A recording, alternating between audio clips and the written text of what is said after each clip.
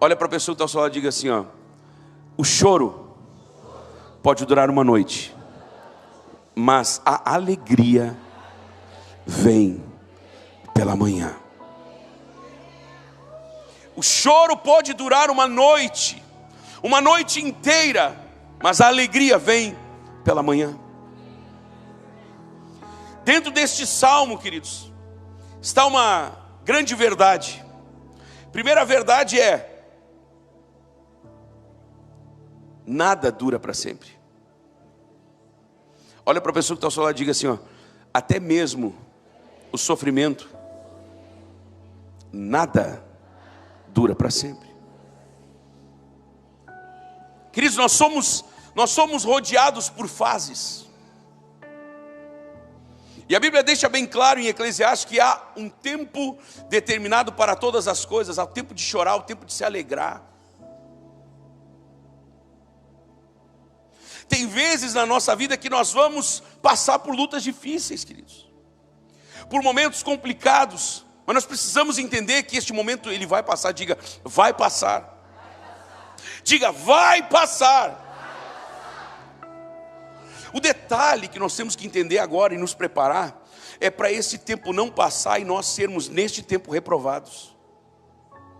Diga, Deus, eu estou aprendendo que tudo nessa vida é uma grande prova. E eu não somente quero, eu vou ser aprovado. Amém? Diga, eu vou ser aprovado. Diga, eu serei contado entre os corajosos, entre os valentes. Amém, igreja? Queridos, o diabo ele quer nos pressionar às vezes tanto, para nos fazer desistir, porque ele quer que nós sejamos contados entre os desistentes, para não dizer entre os covardes. Diga, eu não sou covarde. Diga, Deus tem me dado espírito de poder. Queridos, nós, a igreja, nós temos que ter esse espírito de poder, espírito de conquista. Queridos, esses dias eu estava vendo, só podia ser cristão mesmo. Estava lá um rapaz que não tinha ambos os braços. Ele não tinha os braços. Acho que do lado esquerdo ele tinha, eu falo com muito respeito, só um pequeno bracinho, tamanho de uma mãozinha. Sabe onde é que ele estava? Jogado num sofá, chorando a vida. Jogado numa cama, reclamando de Deus, reclamando da igreja, reclamando da família, reclamando de alguma coisa. Não, estava trabalhando na obra. E não era nem a obra de Deus, queridos, era na construção civil. Mas o que ele poderia fazer? Sabe o que ele estava fazendo? Com o pé. Um pé ele se equilibrava, o outro ele usava uma como é que chama aquela lá, Valdemar? Aquela que o cara joga o cimento, aquilo ali. A colher de pedreiro? É isso? Com o pé, com o dedão e o dedo do lado, ele juntava e pegava e juntava brita com aquilo. Botava no baldinho, juntava a brita, botava no baldinho.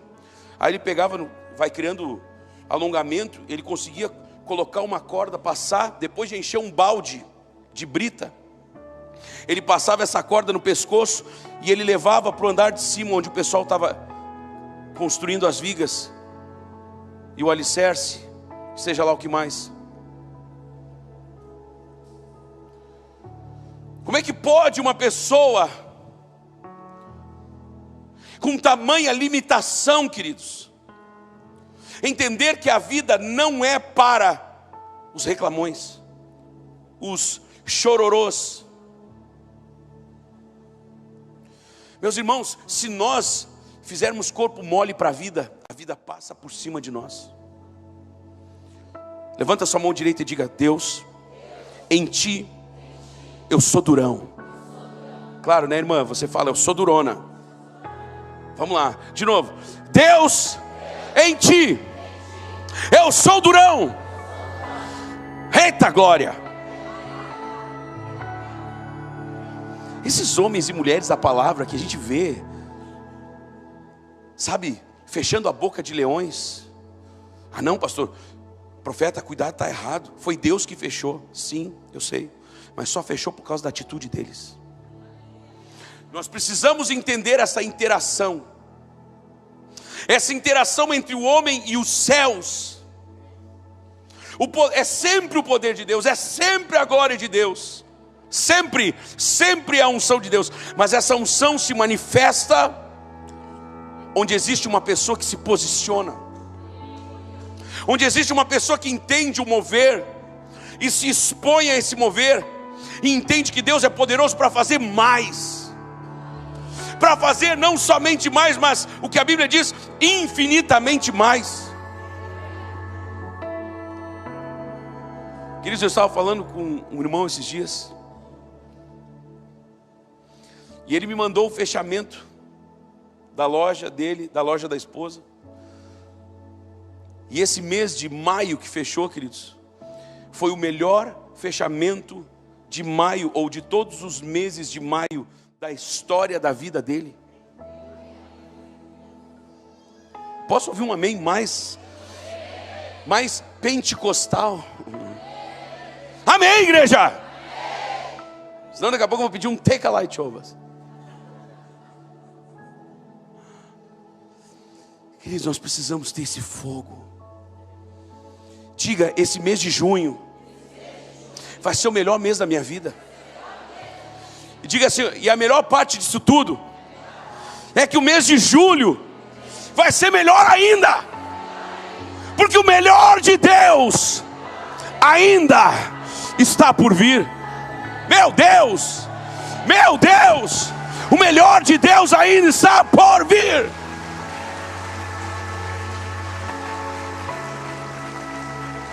E por isso que o diabo fica tentando a nossa cabeça. Ele sabe que o choro pode durar uma noite inteira. O que é a noite senão as trevas? O que é a noite senão a figura das trevas? E essa é outra revelação, queridos, que tem nesse texto. Enquanto as trevas perdurarem, o choro também perdurará. Porém, quando entra a luz do Evangelho, que é e tão somente é a pessoa de Jesus. Quando Jesus entra, a história é transformada. Abra sua Bíblia, por favor, rapidamente, no Evangelho de Mateus.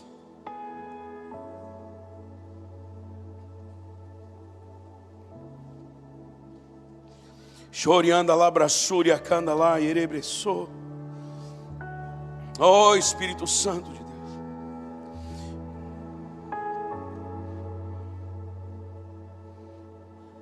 Mateus capítulo 14.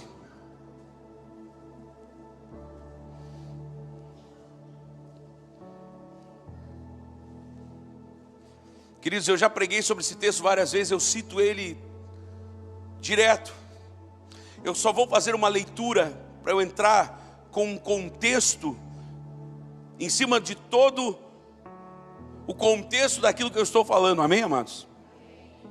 Vamos lá. Versículo 22. Logo a seguir compeliu Jesus os discípulos a embarcarem e passarem adiante dele para o outro lado, enquanto ele despedia as multidões. E despedidas as multidões, subiu ao monte a fim de orar sozinho. Olha só, gente, tem que fazer uma pausa aqui, não consigo passar desse texto sem falar um pouquinho. Queridos, os discípulos estavam em obediência a Jesus, obediência a Deus. Deus olhou para os seus discípulos e disse: olha, eu vou ficar despedindo as multidões, vou orar para mais um ou outro aqui, vou dar um tchauzinho aqui, sabe, vou abençoar eles. Vocês pegam um barco e passem para outra margem. O que os discípulos fizeram? Eles obedeceram a Jesus. Diga, eles obedeceram a Jesus. Amém, igreja? Diga, eles obedeceram. Diga, eles obedeceram a Jesus. Versículo 23 diz: e despedidas as multidões, subiu ao monte a fim de orar sozinho. Ou seja, Jesus ainda ia levar mais tempo. E em caindo a tarde, lá estava ele só. Entretanto, o barco já estava longe, a muitos estádios da terra, açoitado pelas ondas, porque o vento era contrário. Queridos, eu estou muito feliz porque já está sendo finalizado lá na gráfica, lá em Curitiba, o meu livro. Estou imprimindo ele de novo, postei até no Instagram. Terceira impressão do livro, né? E esse livro tem sido uma bênção, gente. Pessoas que leem o livro são curadas no corpo. Pessoas que leem o livro são curadas na alma. Pessoas que sofriam de depressão, queridos, sendo completamente curadas pelo poder de Deus, na leitura de um livro. Eu creio nisso, amados. E nesse livro eu falo um pouco sobre isso, sobre essa história aqui. Entenda então que eles estavam em obediência a Jesus, e mesmo estando em obediência, o vento se fez contrário a eles. Você consegue entender isso? Que muitas vezes nós vamos estar obedecendo a Jesus, nós vamos estar obedecendo a palavra, e o vento vai ser contrário. Alguém vai dizer, mas então não faz sentido eu andar com Jesus. Então não faz sentido eu obedecer a palavra, porque se é para eu andar com Jesus, se é para eu obedecer a palavra, e aí o vento ficar contrário, então não vou andar com Jesus. Queridos, primeira coisa que eu preciso falar em cima disso é: o choro pode durar a noite inteira, mas a alegria vem pela manhã, amém? Segunda coisa, o diabo sabe que no momento em que você está em obediência à palavra, a bênção de Deus vai começar a ser derramada sobre a sua vida. O favor de Deus agirá na sua vida, e as coisas vão começar a fluir com uma naturalidade muito maior, como você nunca viu na sua vida. Só que nós temos que entender uma coisa: tem pessoas que começam a vir num culto ou assistir lives, e elas começam sim a serem abençoadas, amém? Esse é o princípio, é desse jeito. Só que aí às vezes as pessoas se contentam com o iniciozinho do que Deus está fazendo, e param de assistir às lives, param de ir aos cultos, ou de vir aos cultos. Entenda uma coisa, é igual uma bicicleta, queridos. Entenda que o reino de Deus não é morro abaixo. Diga, o reino de Deus, a carreira da fé, não é descida morro abaixo, é muito pelo contrário, quer dizer, é morro acima. Tem que continuar pedalando, irmão. Amém, igreja? Tem gente que dá uma pedalada, começa a sentir o mover de Deus, porque Ele vem mesmo, e aí a pessoa deixa um pouquinho embalada, aí daqui um pouquinho a bicicleta da fé, ela vai perdendo a força. Eu acho que eu não sei, estou desanimando, eu não vou mais. Aí é óbvio que vai dar mais problema, viu? Por isso que eu não vou, por isso que eu parei. Querida, a pessoa fez exatamente o que o diabo queria. Então entenda, tem pessoas que estão fazendo muitas vezes como Abraão fez, que foi o que nós falamos domingo. Abraão se abraçou em Isaque, porque Abraão orava, escute isso, essa é a revelação que o Espírito Santo me deu. Cadê o Fernando? Naquele nosso almoço, querido. Eu nunca tinha ouvido ninguém pregar assim. Eu estou lá comendo junto com o Fernando, almoçando, conversando das coisas de Deus. De repente, pá! Cara, eu comecei a chorar. Não chorar, mas as lágrimas correram. No Fernando a mesma coisa, começamos ali. Quase que o pessoal deve ter achado esse casal é meio estranho. Eles devem estar rompendo. Somos irmãos. Os dois com o zoinho tudo cheio de lágrimas. Oh, papai inefável. Oh, meu Deus. Mas na hora o Espírito Santo me mostrou, queridos. Abraão orava porque ele desejava ter um filho. E quando Deus deu esse filho a ele, Abraão se abraçou naquilo como se aquilo fosse o todo de Deus. O problema é que quando o nosso Deus exagerado, como eu tenho ensinado aqui, só que é um exagero bom, amém, igreja? Diga, Deus quando abençoa, Deus é exagerado. Abraão pediu por um filho, sabe o que Deus deu para ele? Abraão, eu farei de ti pai de poderosas nações. Não era um só filho, eram nações. nações. Não pare no começo do processo. Mas pastor, mas profeta, eu vim aqui, eu levantei o meu propósito diante de Deus e Deus fez. Por que eu tenho que comer? Por que eu tenho que continuar vindo? Porque Deus apenas começou a fazer o que Ele tem para fazer na tua vida. Olha para a pessoa que está ao seu lado e pega o dedo de profeta e diga assim: ó, não pare, porque tudo que está acontecendo é apenas o começo.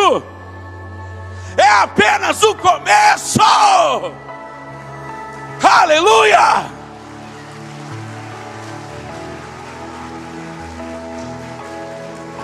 Gente, o Isaac era uma bênção, o Isaac era o filho da promessa, mas não era toda a promessa. Não era toda. Olha bem nos olhos da pessoa que está ao seu lado e diga: há muito mais de Deus para ti. Olha nos olhos da pessoa preciosa que está aí com você e diga assim: ó, há muito mais de Deus para todos nós.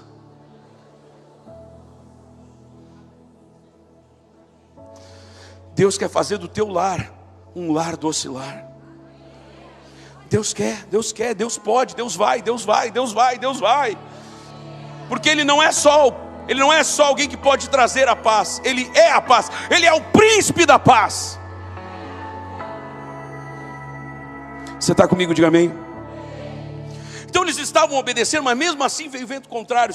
Terceira coisa, ou seja, porque a primeira é que o choro vai durar uma noite, ou pode durar uma noite inteira, mas a alegria vem pela manhã. Amém, igreja? Ou seja, vai passar. Segunda coisa, falamos agora, o diabo sempre vai tentar fazer alguma coisa para a gente desistir. Às vezes, até chegar no nosso ouvido: uau, como tu foi abençoado, nem precisa ir tanto assim.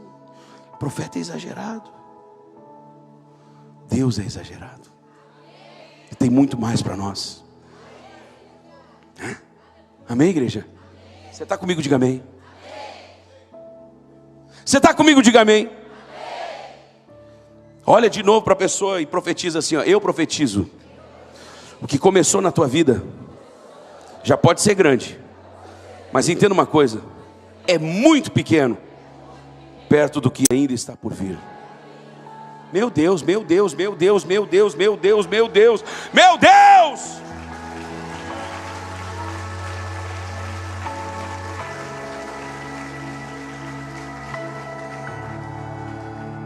Meu Deus, gente, a unção que eu sinto nesse lugar, queridos. Vocês estão sentindo essa unção, queridos? Você está sentindo que você é imparável? Vamos ter que mudar o nome da igreja, pastor Onísio, o nosso bispo. Não vai mais poder ser Manancial da Graça, vai ser Manancial da Graça dos Imparáveis.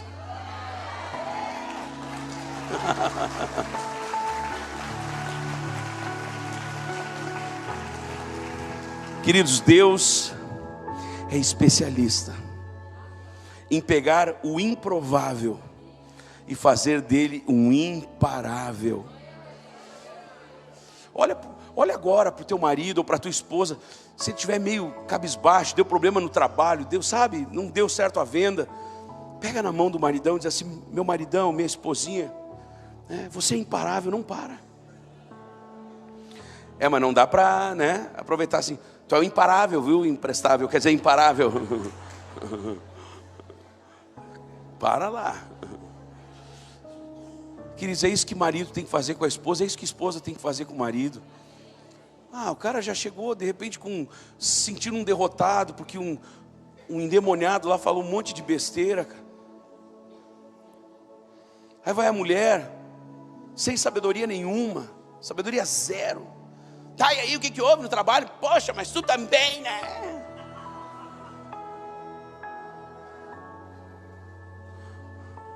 Só falta a irmã dizer: tu tem que orar mais. Mas daí é o Satanás, né, irmão? Gente,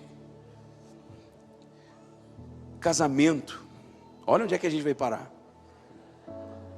Casamento, isso é a palavra de Deus, queridos. Ela flui, sabe? Olha Jesus quando ele pregava, queridos. Você está ouvindo? Diga amém. Casamento não pode ser como jogo de tênis. O jogo de tênis, por mais que eu convide, vamos supor, o Samuel, meu charazão, vamos jogar um tênis lá na Germânia, vamos. Nós somos brothers, nós vamos jogar um tênis no sábado de manhã, domingo de manhã. Por mais que a gente for jogar junto, a gente vai junto no carro, conversando, trocando uma ideia, tomando um chimarrão, sei lá o quê. Quando a gente chegar, a estratégia do meu jogo vai ser o quê? Fazer com que, quando ele me mandar a bola, eu vou rebater a bolinha o mais difícil possível para ele não pegar. Esse é o jogo de tênis. E esse não é o casamento. Eu não vou me esforçar para fazer com que ele erre.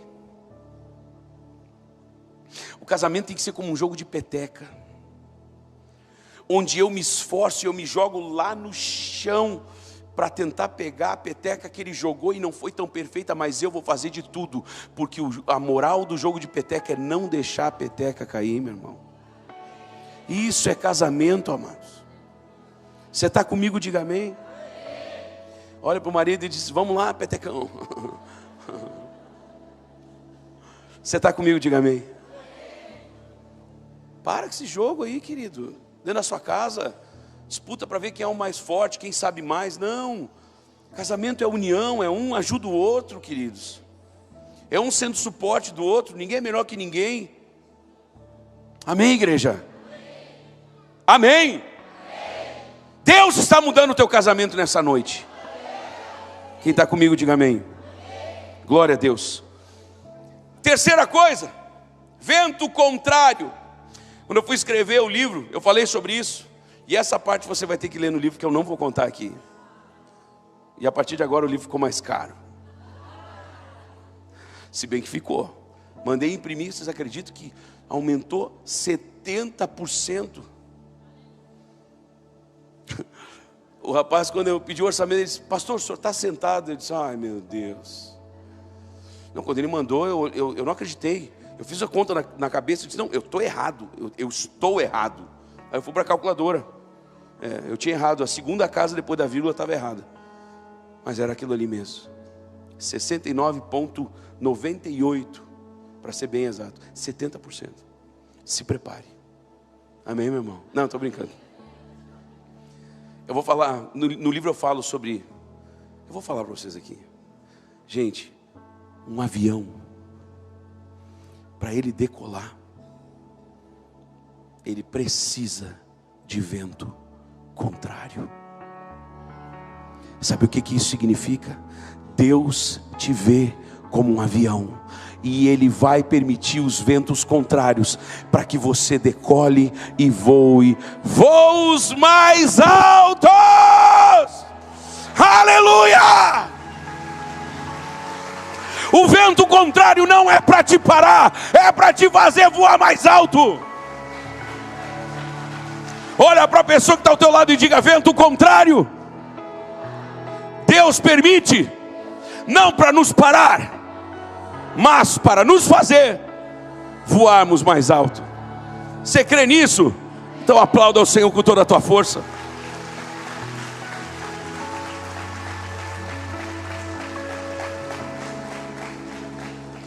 Tem que acelerar.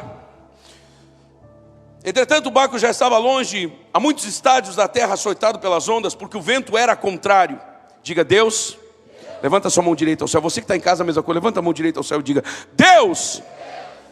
Bem mais alto na igreja. Deus, muito obrigado por cada estação de ventos contrários, porque eu sei que esses ventos contrários são ventos que me farão voar mais alto. Você crê nisso de verdade? Aplauda de novo ao Senhor, então.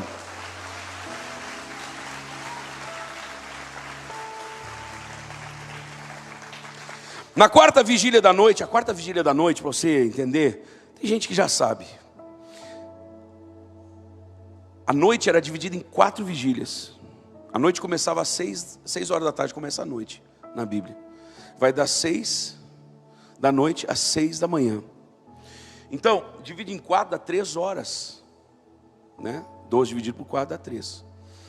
Então, 6 às 9, 9 às 12, 12 às 3.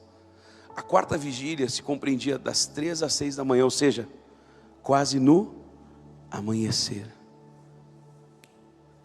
Como é que começou? Versículo 22. Logo a seguir compeliu Jesus os discípulos a embarcar e a passar adiante dele para outro lado. Eles, despedidos das multidões, subiu a fim de orar. Em caindo a tarde, ou seja, eles passaram uma noite. Eles passaram a noite. Você está me ouvindo? Diga amém. O choro pode durar uma noite inteira, mas a alegria, ela vem pela manhã.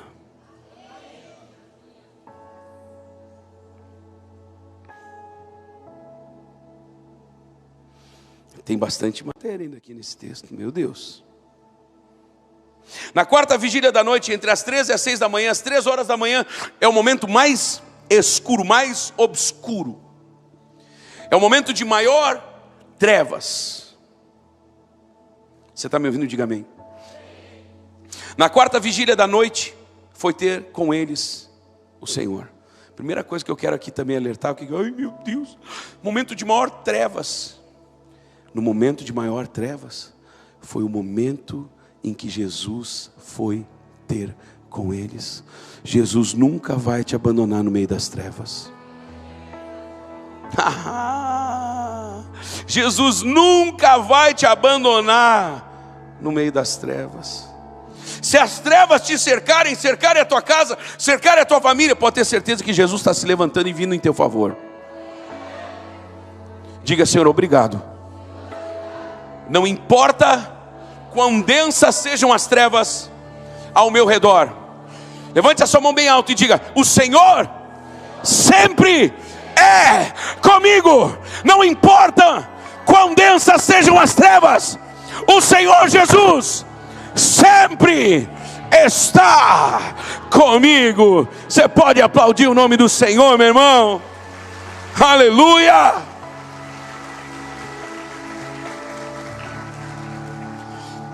Na quarta vigília foi Jesus ter com eles andando por sobre o mar. E os discípulos, ao verem-no andando sobre as águas, ficaram aterrados e exclamaram: é um fantasma! E, tomados de medo, gritaram. Mas Jesus, vou dar uma corrida aqui, imediatamente lhes disse: tem de bom ânimo, sou eu, não temais. Respondendo-lhe Pedro, então disse: Senhor, se és tu, manda-me ter contigo por sobre as águas. Jesus olhou para Pedro e disse: vem. Tem que dar uma pausa aqui de novo. Olha aqui a chave. Pedro era um pescador. Ele estava acostumado a passar por tempestade, gente. Toda hora. Diga: toda hora. Pedro não aprendeu a pescar numa escola, numa faculdade, num curso tecnólogo de pesca. Não. Ele aprendeu a pescar pescando com seu pai, com seu avô. Ou seja, ele começou a aprender quando ele era... Claro que ele não era gaúcho, né? Mas vamos dizer assim, quando ele era piá. Quando ele era um guri. Vamos mais para São Paulo, quando ele era um garoto, um menino. Lá, voltando para o gaúcho, na sua tenra idade. Ou seja, ele tinha uma vasta experiência. Ele estava apavorado. Então quando Jesus... Porque eles achavam que eles iam morrer, gente. E daí ainda tinha uma lenda que tinha um fantasma que afundava os barcos. Quando eles viram Jesus caminhando por sobre as águas, pronto, era só o que faltava. Agora a gente já não sabe se o que vai nos matar vai ser a tempestade ou vai ser esse fantasma. Jesus diz: calma, sou eu, não temam. Olha para a pessoa que está ao seu lado e diga: Jesus está mandando eu te dizer: calma, não temas. Amém, igreja? Não tenha medo, não tenha medo, meu irmão, minha irmã, não tenha medo, não tenha medo. Alguém vai dizer: mas profeta, o mar vai me matar. Não, não vai. Ele vai ser o palco para você desfilar debaixo da glória de Deus. Amém, igreja? Aí isso aqui aconteceu, Jesus olha para Pedro e disse: vem. O que nós esperamos quando Deus vem com socorro para nós? Que Ele nos explique como vai ser. Sabe, a gente espera que Deus nos dê uma explicação de como vai acontecer, como é que vai se suceder esse socorro. E às vezes Jesus não vai dizer nada, não vai dar uma explicação para nós. Ele só vai dizer: vem. Como Ele disse para Abraão: vamos, deixa a tua parentela e vem. Vem para uma terra que eu te mostrarei. Não, mas peraí, Senhor, eu preciso saber onde é. Eu preciso saber como é. Não, tem horas que Deus não vai nos dar o endereço correto, completo. Ele vai dizer só: vem ou vai. Você está me entendendo, meu irmão? Sim ou não? Nós temos que aprender a ouvir a voz de Deus e confiar nesta voz. Às vezes Deus vai nos tirar da zona de conforto, sabe por quê? Porque se a gente ficar na zona de conforto o tempo todo, a gente para igual água de poço. E a água de poço, parada, ela cria limo e às vezes você não pode mais tomar. Você está me ouvindo? Diga amém. Você está me ouvindo? Diga amém. Diga: Deus, faz de mim uma ferramenta útil. Diga: Deus, essa semana eu vou pregar o teu evangelho, pelo menos para uma pessoa, e já vou trazer essa pessoa domingo aqui. Amém? Amém?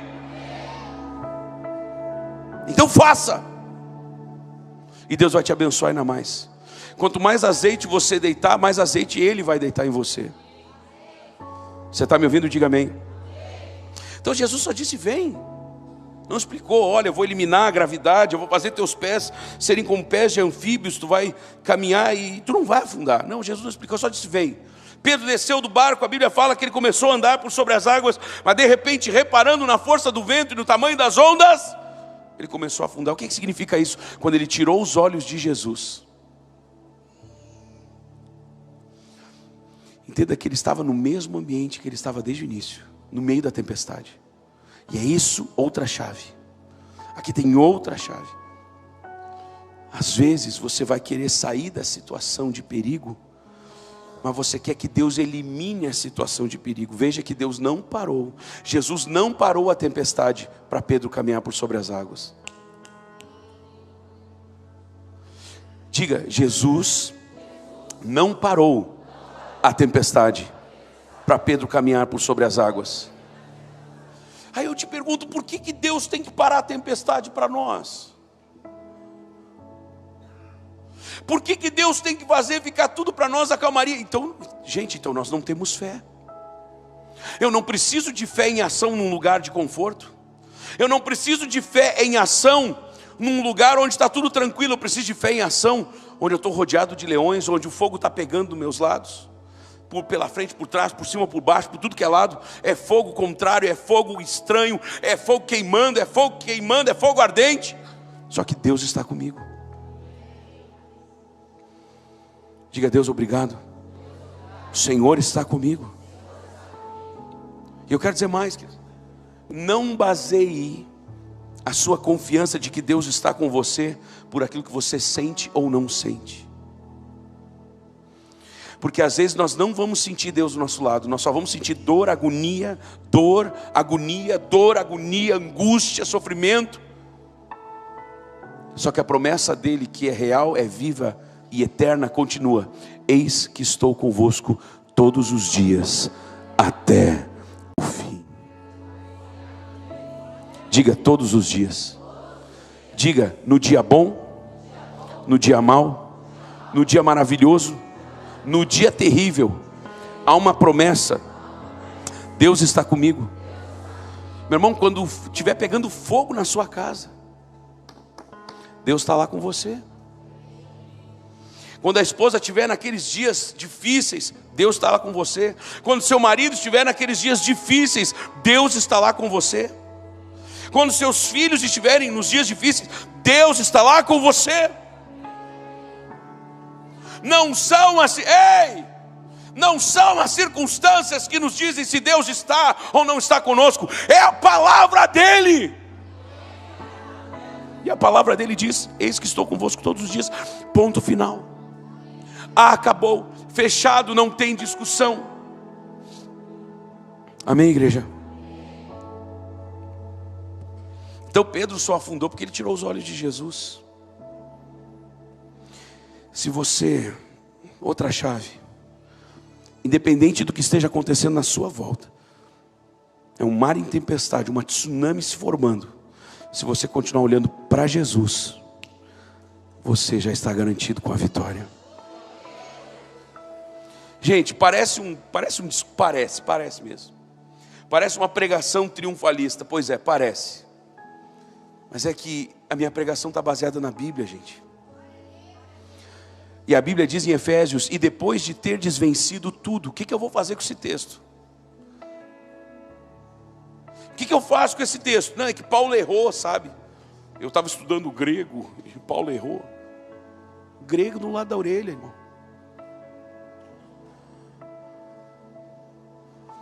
Se a Bíblia fala, e depois de ter desvencido tudo, então eu quero tudo.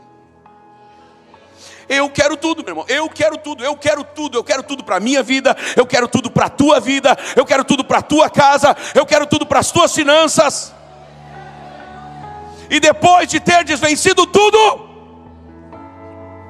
permanecereis chateados? Não, queridos.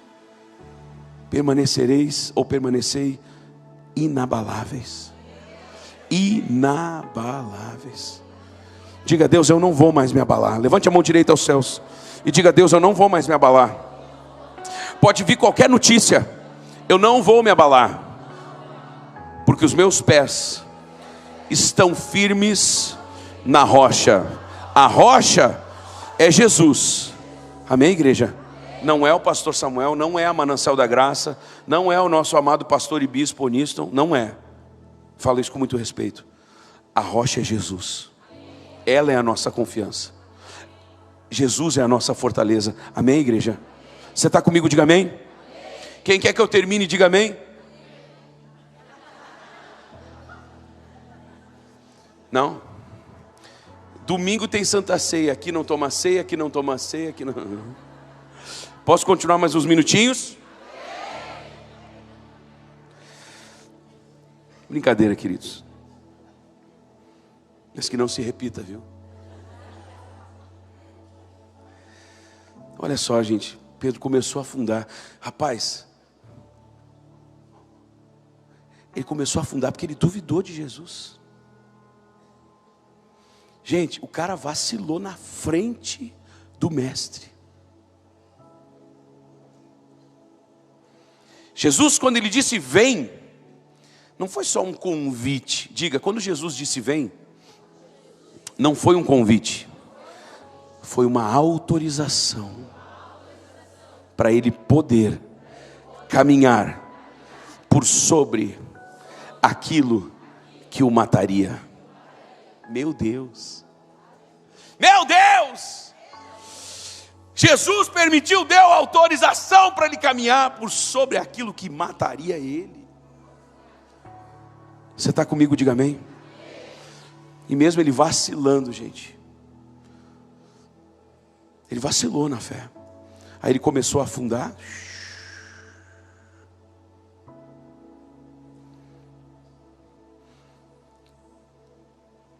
Mas ele clamou ao Senhor Jesus. Chama a equipe de louvor já. Feche os seus olhos. Ele clamou a Jesus. Feche os seus olhos e fica ouvindo o que eu estou falando. Ou melhor, fique ouvindo o que o Espírito Santo está falando.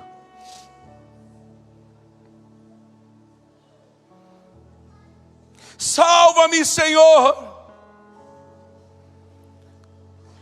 Jesus então olha para ele e diz: viu, bem feito. Tu duvidou do meu poder? Tu duvidou da minha palavra? Tu duvidou da minha presença? Tu duvidou da minha autorização? Não, queridos, Jesus não fez isso. Mesmo Pedro tendo vacilado do jeito que vacilou, a Bíblia diz no versículo 31, e prontamente Jesus, estendendo a mão, o tomou e lhe disse: homem de pequena fé, por que duvidaste?